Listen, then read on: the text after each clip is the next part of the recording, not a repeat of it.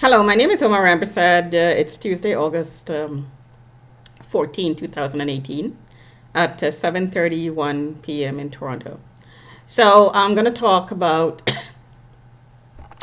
about the harassment continuously experiencing, because I am a target. I keep hearing you're a target. So we can do this to you because you're a target openly in the train. I just have to make a comment here that in the bus coming just now, 85 or 8659, I believe the number was. It was a little Indian male driver. He looked like he was new, and he was talking to an Indian passenger, older man, and he was blocking the view of the driver. He was inside the white line, just opposite the door, and he had to come out the door to allow the passengers to exit the bus. So he was blocking. He was blocking the entranceway. So I pointed this out to the driver, and the driver didn't seem too concerned. They continued talking, and I said to him, "Well, you're putting, excuse me, you're putting." Sorry about the cough. I've been getting these burning sensations on my chest and my back throughout the day as I was working, and I start coughing when that happens. Anyway, so let's get back to the bus. So I pointed out to the driver that it was putting the passengers' lives at risk when he does that. And he continued talking, and eventually, when I insisted that, that guy is blocking the way, he kind of asked the guy to move. But I am surprised that I actually had to insist that the guy move and not the driver. I'm the one who had to do it. Anyway, what they were talking about is the older guy was saying, "I could see you naked. I could see her naked."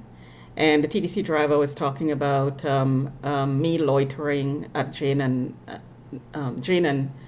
Bloor, and also at Young and Finch. And apparently what's going on is the TTC drivers are submitting reports about me. And they're saying things like they're picking me up all over the place on the bus. And I'm a very active person, so I use the bus everywhere. So they will see me everywhere. So I'm not sure why they're putting this spin that I'm picking up people. I heard I'm picking up people all over the place, meeting people all over the place. This is a deliberate misinterpretation of my activities. Now, as I said before in other blogs, the worker in the building who I have in court for sexual harassment has infiltrated my workplace, and I believe that he is trying to have me mentally committed before this case goes through. And because I'm a target, he enlists the public's help to do so. So because I'm a target also, everything about me is public. I don't have any privacy. As I'm sitting here blogging, somebody's listening, somebody's recording what I'm doing and saying. So everything about me is being made public. It's called being turned out. This is what a target is. So the worker has infiltrated my workplace, and there's a lot of Chinese workers in the workplace, and they talk about what's going on with the worker in his case. They openly tell me, comment around my desk that they want me out, they want to get out, they want me to get out of the building. And they've enlisted the people in the workplace to help them do that. So they infiltrated my workplace. And because I'm a target, then the people in the workplace know I'm a target.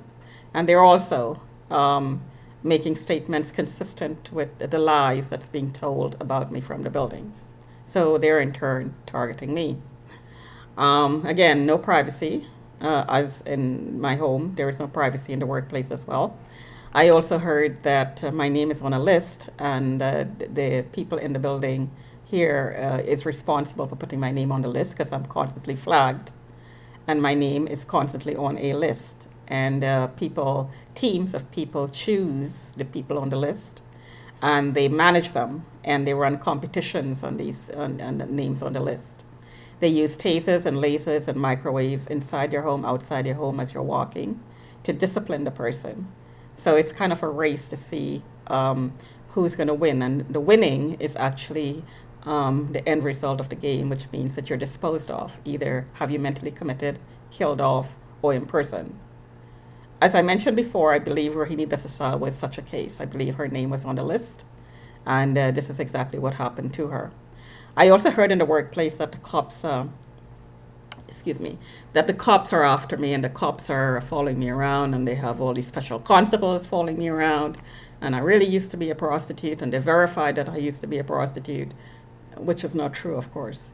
And there's this huge file about me that's portraying me as a criminal and somebody who is mentally insane, picking up people all over the place. And especially my sister-in-law and her son, my nephew, I heard has had Stan from Bldg Group, a company I worked for before, convey my property into a trust. And then the trust, and there goes my video. Oh, and it's back now. And the camera just got hit, I'm suspecting. That's the reason I'm coughing as well. So the camera is stopped here. It's frozen, and here we go again. The time is running, but the video is frozen. It would seem that this happens when I talk about this topic very often. So as I was saying, my sister-in-law and her nephew, and my nephew, her son, worked with Stan from Bldg Group to have my property conveyed, because they illegally took power of attorney, I heard. And I heard that my sister-in-law had me declared mentally incapacitated, of course, without any disclosure. But I'm hearing it in my workplace. So I heard that she's in contact with people in my workplace. And she's telling them that she's really concerned about me, and her son is really concerned about me because something is wrong. Meanwhile, they're sending pimps, black pimps and black prostitutes to monitor me, quote unquote, on their behalf because they're concerned about me. They're sending criminals into my life because they're concerned about me because I'm supposed to be mentally ill. See the logic there? This is all a lie, of course. They're actually trying to defraud me. So this is an infiltration of my workplace. There is no mental illness. I am being harassed. So as I said before, when I'm harassed, I switch to Excel and I just, very, very quickly, with all kinds of typos, just type, just the act of typing. It's a way of dealing with the stress caused by the harassment. It's not meant for anybody's eyes. Hopefully they're not recording it. But this is not meant to insult anybody. This is meant for me to release the stress caused by the harassment, because my harassment is infiltrated by the Chinese traffickers who are trying to get me mentally committed. I keep hearing Stip. I heard they call Stip at my workplace, saying something is wrong, I'm suicidal. They saw me in the bathroom crying. And I'm showing myself in the bathroom, and I'm eating things that's not supposed to be healthy for me, and I can't take care of myself and all this crap. They're all lying, out and out lying, as you can tell. This is all lies. Being set up, being framed, being lied about. And the cops, I heard, are being called for things that didn't happen. And what they are calling about in some instances are instigated situations and setups and frames. So they're twisting things to make it look a certain way. So I heard there are monitors in my workplace who are co-signing surveillance contracts, whatever that is, with my sister-in-law, with my nephew, a son, and my nephew is the one who's sending pimps my way. They're not doing this because they're concerned about me. They're doing this because they're targeting me. As my sister-in-law pointed out, I'm a target. Now, she didn't point this out when she asked me to stay with her when I was trying to sell my place because I was being harassed here in the building. She told me this after after